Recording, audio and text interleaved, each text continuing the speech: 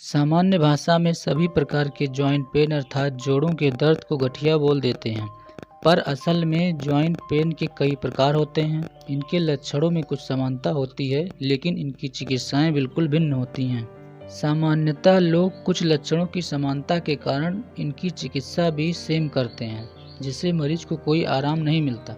इसीलिए ये जानना बहुत ज़रूरी होता है कि मरीज को कौन सी गठिया है और उसका इलाज क्या है, तभी उसे आराम मिलता है। वैसे तो गठिया के बहुत से प्रकार हैं, लेकिन मुख्य रूप से 3 प्रकार के गठिया सबसे ज़्यादा पाए जाते हैं।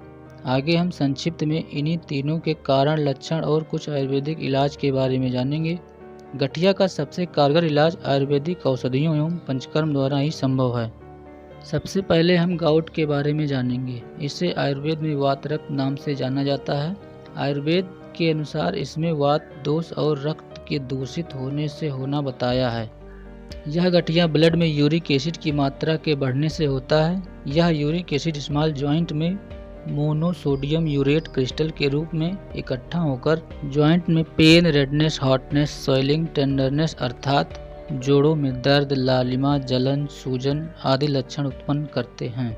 गाउट का विशेष लक्षण यह है कि यह सामान्यतः पैरों के अंगूठे से शुरू होता है, बाद में बड़े जॉइंट और शरीर के अन्य अंगों में इसके लक्षण मिलते हैं। गाउट के मेन काजेज और रिस्क फैक्टर में high purine food, alcohol, genetic causes, chronic kidney disease और डायबिटीज हैं। इस रोग के ज़्यादा बढ़ जाने पर अंगों में डिफॉर्मिटी हो जाती है। इसमें हाई प्रोटीन रिच डाइट जैसे मीट, दालों आदि का बचाव करना चाहिए। आयुर्वेदिक औषधियों के द्वारा ही इसका सबसे कारगर इलाज संभव है। दूसरा है रिमेटॉइड अर्थराइटिस। आयुर्वेद में इसे आमवात कहा गया है। इसका कारण जेनेटिक होता है, अर्थात यह पेरेंट्स से बच्चों में आता है। यह बीमारी फीमेल में अधिक देखने को मिलता है। यह एक ऑटो इम्यून डिसऑर्डर है। इसमें शरीर के सेल्स अपने ही सेल्स के प्रति एंटीबॉडी बनाते हैं। ये एंटीबॉडीज छोटी छोटी जॉइंट में एकत्रित होकर जॉइंट में pain, swelling, mild fever, stiffness आदि लक्षण उत्पन्न करते हैं। इसका विशेष लक्षण यह है कि यह सामान्यतः हाथों की अंगुलियों के जॉइंट से शुरू होकर शरीर के अन्य जॉइंट जैसे wrist joint, elbow joint, shoulder joint, ankle joint, knee joint आदि जॉइंट को प्रभावित करते हैं। यह बीमारी क्रॉनिक होने पर अंगुलियों में विभिन्न प्रकार की डिफॉर्मिटी तथा जॉइंट में मूवमेंट का न होना आदि कॉम्प्लिकेशन मिलता है। इसकी डायग्नोसिस ब्लड टेस्ट में र्यूमेटिक फैक्टर से किया जाता है।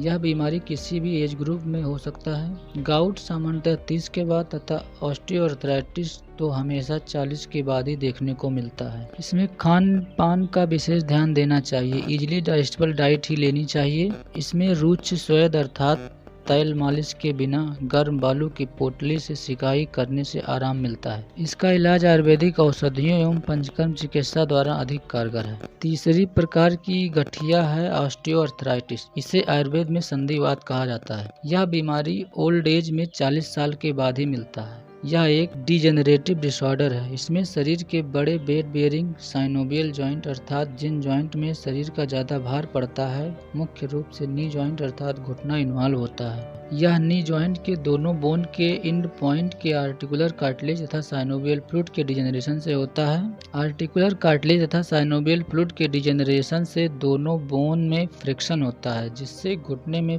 पेन और स्वेलिंग हो जाता है। इससे मरीज को पैर मोड़ने तथा उठने बैठने में कठिनाई होती है। इसमें सुबह व शाम में घुटने में स्टिफनेस अर्थात जकड़ाहट रहता है तथा सामान्यतः सूजन कम देखने को मिलता है। इसमें पेशेंट को वजन कम करना, हल्का एक्सरसाइज करना तथा नी सपोर्ट का यूज करना, उकड़ू बैठने तथा ज़्यादा देर खड़े रहने से बचना चाहिए। ऑस्टियोआर्थराइटिस में आयुर्वेदिक पंचकर्म जैसे स्नेहन, स्वेदन, जानुवस्ती, कटिवस्ती आदि तथा आयुर्वेदिक औषधियों द्वारा कारगर इलाज संभव है। आशा करता हूं कि मैं आप लोगों को ये समझा पाया हूं कि ये तीनों बीमारियां अलग अलग हैं और इनकी चिकित्सा भी बिल्कुल भिन्न होती है। आप लोग मुझसे आयुर्वेदिक इलाज संबंधी जानकारी एवं सलाह हेतु संपर्क कर सकते हैं। धन्यवाद।